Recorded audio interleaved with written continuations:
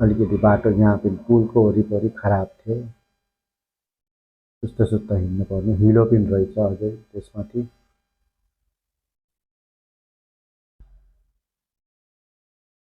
ल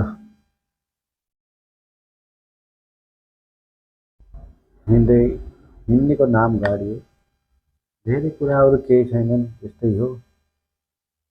नरेश, मेरो नाम नरेश हो। यो मेरो पहिलो ब्लग नेपालीमा हुनेवाला छ। यो नारायणघाटदेखि सम्मको बाटोमा हेर्न गइरहँ। म व्हिलचेयर बाउन्ड पर्सन हुँ। 22 वर्ष भयो म व्हिलचेयरमा छु। स्पाइनल कर्ड इन्जुरीले गर्दाखेरि मेरो जिन्दगी व्हिलचेयरमा बितिरहेको छ।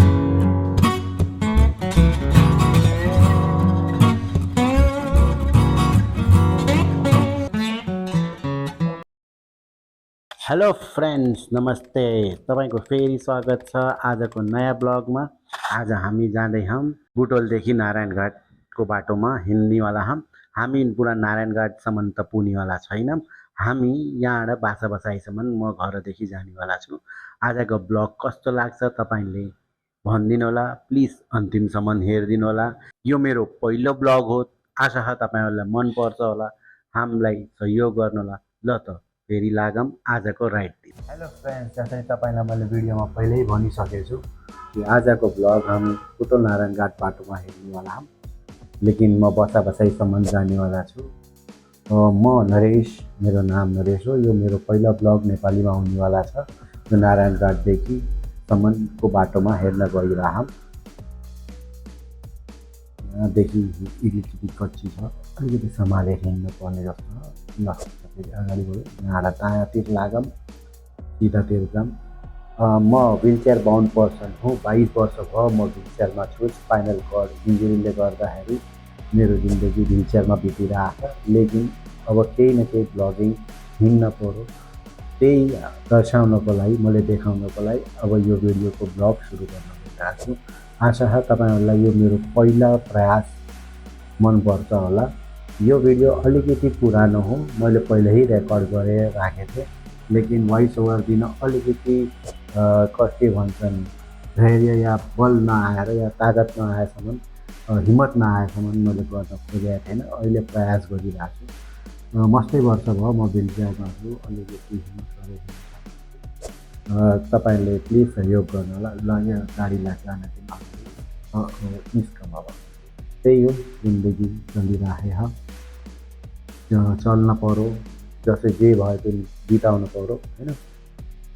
कृपया गरेर यो मेरो ब्लगलाई पूर्ण हेरिदिनु होला, सहयोग गरिदिनु होला। यस्तै ब्लग मेरो बाबत अझै पनि कुराहरू मैले अगाडि बढ्नेला। ओहो, कति राम्रो कृष्णको मूर्ति यता हेर्न सक्नुहुन्छ मेरो दायाँपट्टि। पहिले हामीलाई यता पनि अहिलेलाई ल म त अगाडि जाने छ, अलिकति हतार भइसकेको छु। हिँड्दै जाऊँ अगाडि।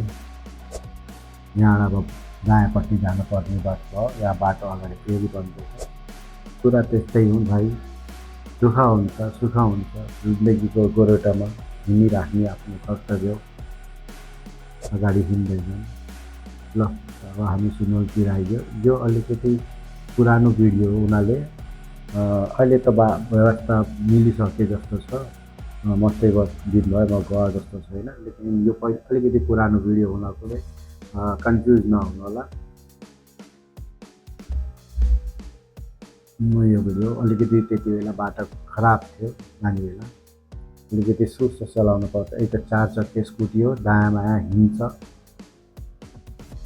ब्यालेन्स मिलाउन पर्ने हुन्छ, अप्ठ्यारो हुन्छ, दौडाउन मिल्दैन नर्मल स्कुटीहरू चाहिँ। हिँड्दै जाऊँ, सम्हालेर बसला जान्दिउँ, अगाडि बढ्दै जाऊँ अगाडि। ल यो नयाँ पुलतिर लागौँ। अब यहाँदेखि सिधै त्यही कुरा हुन्। यो भिडियो मन पर्यो भने कृपया गरेर यसलाई लाइक गरिदिनु होला, सब्सक्राइब गरिदिनु होला।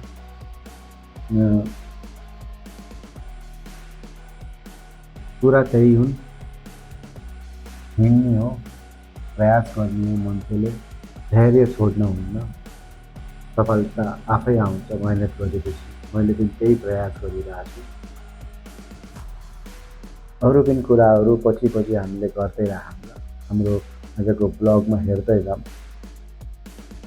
अलिकति बाटो यहाँ पनि पुलको वरिपरि खराब थियो, सुस्त सुस्त हिँड्नुपर्ने, हिलो पनि रहेछ अझै त्यसमाथि।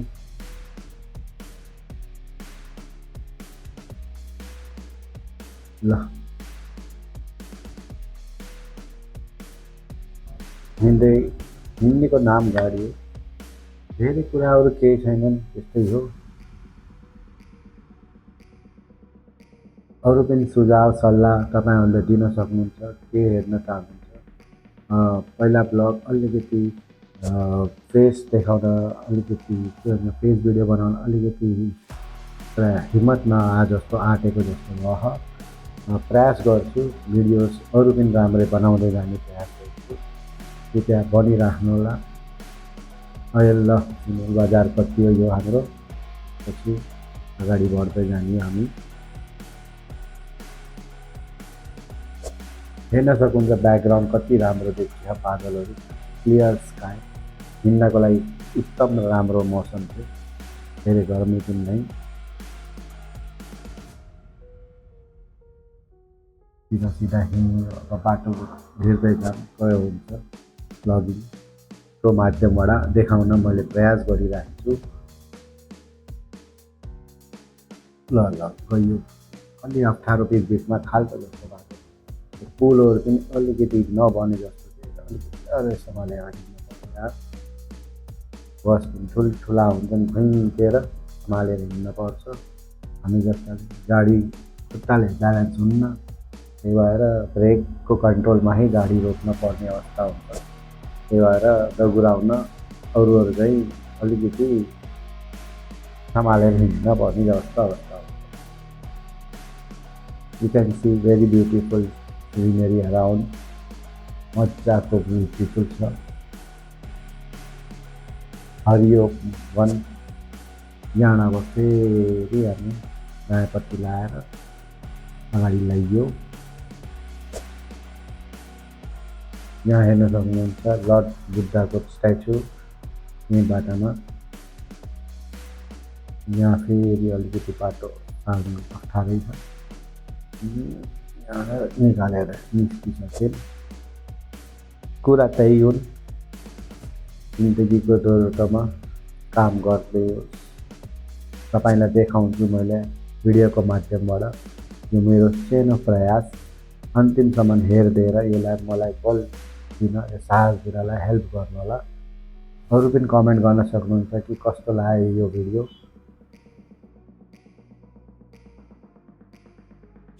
हिँड्दै जाने यहाँदेखि अलिकति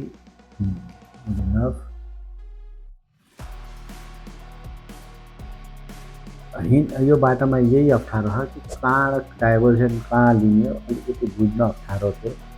किनभने बेसी कहिले बाटो यस्तो हेर्नु, यहाँ बगलमा हेरिराख्नु छ, बाटो बनिरहेको छ होइन, बन्दैछ भयो काम।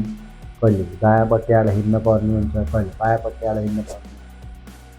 त्यस्तै बिस्तारै पुग्दा हामी घुमै बजारमा पनि पुग्यौँ। त्यहाँबाट घुमै बिराएर हामी सिधै भैरवा पनि यो बाटोबाट जान सकिन्छ, हेर्न सक्नुहुन्छ तपाईँले।